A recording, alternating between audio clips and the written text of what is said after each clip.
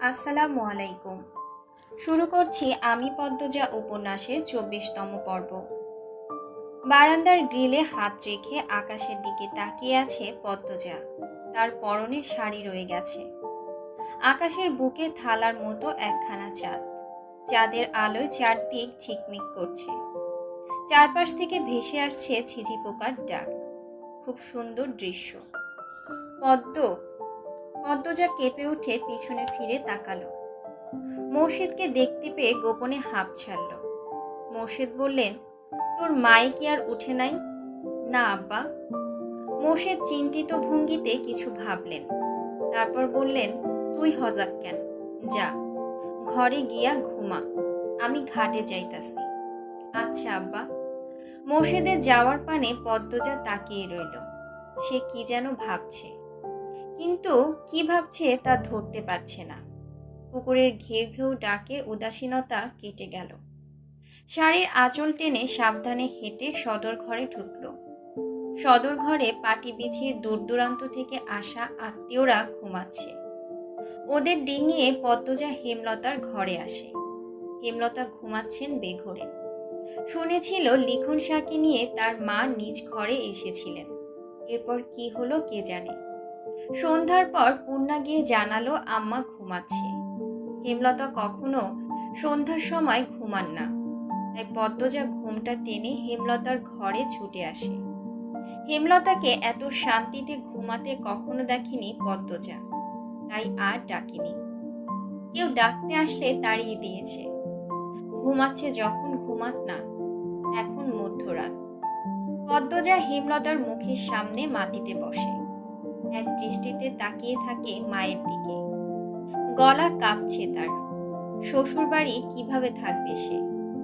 মাকে ছাড়া 2 দিন থাকতে গিয়ে এত বড় ঝড় বয়ে গেল, আর এখন সারা জীবনের জন্য মায়ের ছায়া ছেড়ে দিতে হবে। এই মুখটা না দেখলে তার দিন কাটে না। সে কাঁদতে কাঁদতে চাপা স্বরে বলছে, তোমাকে ছাড়া কেমনে থাকবো আম্মা? বিয়ে করাটা কি খুব দরকার ছিল? ছিল। পদ্মজা চমকে উঠে মাথা তুলল। গলার স্বর আগের অবস্থানে রেখে বলল, কেন আম্মা? সব জানতে নেই মা। পদ্মজা মাথা নত করে নাক টানে।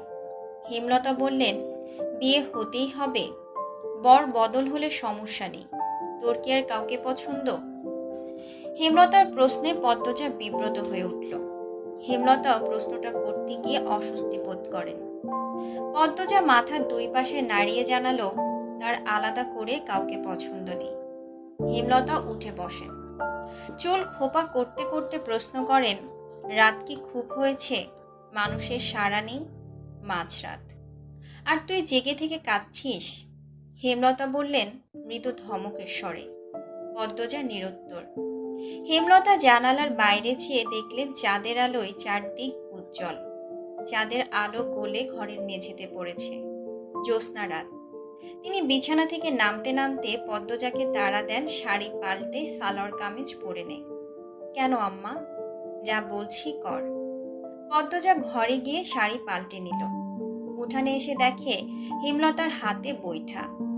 পদ্মজা অবাক হয়ে প্রশ্ন করল, আম্মা তুমি নৌকা চালাবা? পূর্ণারে নেব? নেওয়া উচিত। যা ওকে ডেকে নিয়ে আয়। প্রান্ত প্রেমা যেন টের না পায়। পদ্মজা অসহায়ের মতো তাকিয়ে রইল মায়ের দিকে। হেমলতা তাড়া দেন, যাবি তো? পদ্মজা হন্তদন্ত হয়ে গেল। কয়েক মিনিটের মধ্যে পূর্ণাকে নিয়ে ফিরল। পূর্ণা ঘুমে ঢুলছে। হেমলতা ঘাটে এসে দেখেন মোর্শেদ নৌকায় বসে বিড়ি ফুঁকছেন। নৌকা ছাড়ো। মোর্শেদ 2 মেয়ে আর বউকে দেখে হকচকিয়ে গিয়েছেন। তার মধ্যে হেমলতা যেভাবে বললেন নৌকা ছাড়ো, আর হটকে গেলেন। চোখ বড় বড় করে প্রশ্ন করলেন, কেন? কিতা হইছে? মোর্শেদের জবাব না দিয়ে পদ্মজা পূর্ণাকে নিয়ে হেমলতার নৌকায় উঠে পড়েন। স্থির হয়ে বসেন। বইটা মোর্শেদের দিকে বাড়িয়ে দিয়ে মিষ্টি করে হেসে বলেন, জ্যোৎস্না রাতে নৌকা ভ্রমণে বের হয়েছি আমরা। তুমি এখন আমাদের মাঝি। হেমলতা থামেন। এরপর আঞ্চলিক ভাষায় বললেন, লও মাসি, বৈঠা লও, ছাড়ো তোমার নৌকা। যত শিখে চাইবা তুমি ততই পাইবা। একসাথে চারটা দুঃখী মানুষ হেসে ওঠে। মোর্শেদ বইটা হাতে নিয়ে নৌকা ছাড়েন। হুট করে যেন অনুভব করছেন যুবককালের রক্ত শৈলে টকবক করছে। এ তো তার সংসার, এ তো তার আনন্দ। রাতের নির্মল বাতাস, মাদিনী নদীর স্বচ্ছ জলে চাঁদের প্রতিচ্ছবি, কচুরি পানারা ভেসে যাচ্ছে, সবকিছু সুন্দর মুগ্ধকর। পূর্ণার বুকের ভাতটা খুব হালকা লাগছে। পদ্মজা প্রাণ ভরে নিঃশ্বাস নেয়। রগে রগে শান্তি ঢুকে পড়ে। আল্লাহ তাআলা যেন প্রকৃতির সৌন্দর্যে যে কোনো দুঃখী মানুষকে সুখী অনুভব করানোর মন্ত্র ঢেলে দিয়েছেন। মোর্শেদ নাকি গো? হিন্দু পাড়া থেকে কেউ একজন চেঁচিয়ে ডাকলো। মোর্শেদ এক হাত তুলে জবাব দিলেন, হ দাদা, আমি। রাইতের বেলা যাইতাছো কই? মেয়ে বউ লইয়া জ্যোৎস্না পোহাইতে বাইর হইছি দাদা, তোমাদেরই দিন মিয়া। মোর্শেদ আর কিছু বললেন না, হাসলেন। ওপাশ থেকেও আর কারো কথা শোনা গেল না। নৌকা আটপাড়া ছেড়ে হাওরে ঢুকে পড়েছে। শাসা করে বাতাস বইছে, গায়ের কাপড় উঠছে। হেমলতা দুই মেয়ের মাঝে এসে বসেন। তিনি চাদর নিয়ে এসেছেন। দুই মেয়েকে দুই হাতে জড়িয়ে ধরে চাদরে ঢেকে দেন। বাতাসে চাদর উড়ে আরো আওয়াজ তুলছে। চাঁদটা একদম মাথার উপর, তাদের সাথে সাথে ঘুরছে। মোর্শেদ মনের সুখে গান ধরেন। লোকে বলে বলে রে, ঘর বাড়ি ভালা নাই আমার, পাকনা চুল আমার। বলতেই পূর্ণা ফিক করে হেসে ফেলল। পদ্মজাকে ফিসফিসিয়ে বলল, আব্বা বোধহয় এখনো জোয়ান থাকতে চায়। পদ্মজা হেসে চাপা স্বরে বলে, চুপ থাক, আব্বা কি সুন্দর গায়। মোর্শেদ গেয়ে যাচ্ছেন। তিন মা মেয়ে একসাথে হাতের তালি দিল। হাতের তালিতে চারপাশ মুখরিত হয়ে উঠল। এত সুন্দর সময়, এত সুন্দর রাত বারবার ফিরে আসুক। মোর্শেদ হাঁ করে তাকিয়ে থাকেন সামনে থাকা তিনটা মানুষের দিকে। তাদের চোখে মুখে খুশি ঝিলিক মারছে, অথচ তিনি জানেন এক একজন কতটা দুঃখী। মোর্শেদ ঢোক গিলে লুকায়িত এক সত্যের কষ্ট লুকিয়ে যান। হেমলতা আর তিনি ছাড়া এই কলিজা ছেঁড়া কষ্ট কেউ জানে না। মোর্শেদ হেসে বললেন, এই অভাগা মাঝিরে কি আপনারা আপনাদের মাঝে জায়গা দিবেন? মোর্শেদের কণ্ঠে শুদ্ধ ভাষায় মিষ্টি আবদার শুনে পদ্মজা পুলকিত হয়ে উঠল। ইস, আজ সবকিছু কত সুন্দর। পূর্ণা বলে, দেব, এক শর্তে, নৌকা চালানোর বিনিময়ে শিকে যদি না নেন। মোর্শেদ মেয়ের রসিকতা দেখে হাহা করে হাসেন। সেই হাসি বারবার প্রতিধ্বনিত হয়ে ফিরে আসে কানে। তিনি বৈঠা রেখে এগিয়ে আসেন, হেমলতার সামনে বসেন। নৌকা নিজের মতো যেদিকে ইচ্ছে ছুটে চলছে।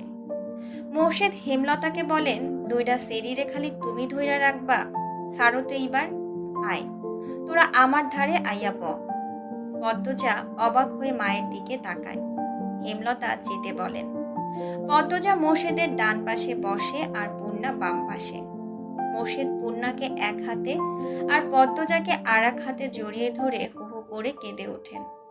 অপরাধী স্বরে বলেন, আমি বাপ হইয়া পারি নাই আমার সেরিদের বেজ্জতির হাত থেকে রক্ষা করতে, আমারে মাপ কইরা দিস তোরা। মোর্শেদ কখনো এত আদর করে পদ্মজাকে জড়িয়ে ধরেননি, এই প্রথম ধরেছেন, আবার কাঁদছেন। পদ্মজার কোমল নরম মন ব্যথিত হয়ে চোখ বেয়ে জলরূপে বেরিয়ে আসে। হেমলতা মোর্শেদের পায়ের কাছে বসেন। মোর্শেদের হাঁটুতে মাথা রেখে দুই মেয়ের হাত চেপে ধরে রাখেন। কেটে যায় অনেক মুহূর্ত। নৌকা হাওরের পানির স্রোতে একবার এদিক তো আরেকবার ওদিক যাচ্ছে। বাতাসে চারজনের চোখের জল শুকিয়ে ত্বকের সাথে মিশে গেছে। নিস্তব্ধতা ভেঙে পদ্মজা বলল, জানো আম্মা, আজ আমি বুঝলাম জীবনের সুখ বা দুঃখ কোনোটাই চিরস্থায়ী নয়। দুঃখে মর্মাহত না হয়ে সুখের সময়টা তৈরি করে নিতে হয়, তাহলে জীবনে সুখকর মুহূর্ত আসে। আবার সুখ সর্বক্ষণ সাথে থাকে না, দুনিয়ার লীলা খেলার শর্তে দুঃখ বারবার ফিরে আসে। হেমলতা পদ্মজার দিকে না তাকিয়ে পদ্মজার ডান হাতে চুমু দেন। চাঁদটা অর্ধেক হয়ে এসেছে, খুব তাড়াতাড়ি আকাশে মিলিয়ে যাবে।